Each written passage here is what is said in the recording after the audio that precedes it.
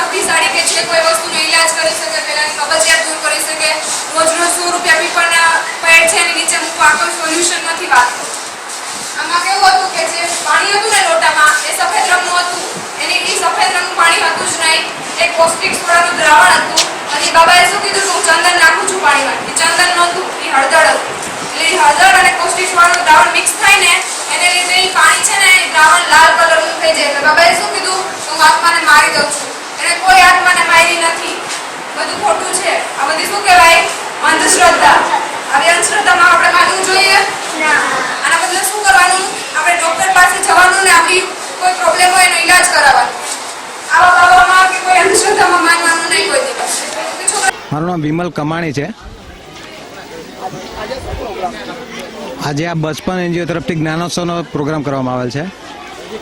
આ જ્ઞાનોત્સવમાં અમુક વખતે તમે જોતા કે સ્લમ એરિયામાં જેટલા છોકરા હોય તો એ લોકો છે એનું બેઝિક નોલેજ પણ નથી હોતું. તો એ લોકોને કંઈ આવા 7 વંડર્સ છે, 7 અજાયબીઓ છે, પછી કંઈ કાળા જાદુઓ થતો એમાં કેવું હોય કે અમુક વખતે છે ભૂવાઓ છે એવા બધા છે એ છોકરાઓને એના અંધશ્રદ્ધામાં ભોળવી દેતા હોય છે. તો આજે અમે એ બધું રિવીલ કર્યું છે કે છોકરાઓ છે એ બધું જોશે કે આપણે ભૂવાઓ બધો કેવી રીતે કરતા હોય અને કેવી રીતે બધા ખોટા કરતા હોય છે. તો એ છોકરાઓને એવું જ્ઞાન આપવા માટે અમે ખાસ કરેલ હતું. પ્લસ બીજા જે અમુક છે કે જે છોકરાઓને અજાયબીઓ છે, અજાયબીઓ છોકરાઓને મોટા છોકરાઓને પણ નથી ખબર હોતી. તો આવા સ્લોમ એરિયાના છોકરાઓ છે જેને કંઈ પણ ખબર નથી હોતી, એને જો આવી વસ્તુની ખબર પડશે તો એ લોકો છે એને કંઈક જાણવાની એનામાં રુચિ જાગશે કે ના કે મારે કંઈક હવે શીખવું છે. તો આવા જે સ્લોમ એરિયાના બાળકો છે એ આગળ આવે એના માટે હવે જ્ઞાનોત્સવનો પ્રોગ્રામ કર્યો છે અને આવા ઘણા પ્રોગ્રામ કરતા હોઈએ છે. મારું નામ મકવાણા સ્નેહલ છે. હું ધોરણ 8માં ભણું છું. જ્યારે જ્ઞાનોત્સવની વાત કરવામાં આવી ત્યારે મને કંઈ નવું લાગતું હતું, પણ જ્યારે અહીંયા આવીને જોયું ત્યારે મને એવું લાગે છે કે આ મારો એક પરિવાર જ છે. બચપન પરિવારે આ વખતે જ્ઞાનોત્સવનો શું કહેવાય જ્ઞાનોત્સવ ઉજવવાનો પ્લાનિંગ કર્યો હતો.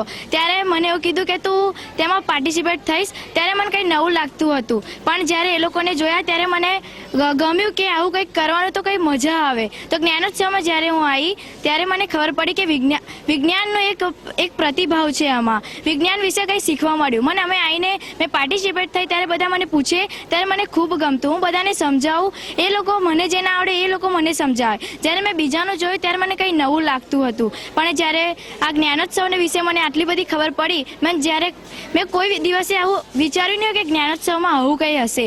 તો હું બચપન પરિવારનો આભાર માનું છું. Thank you.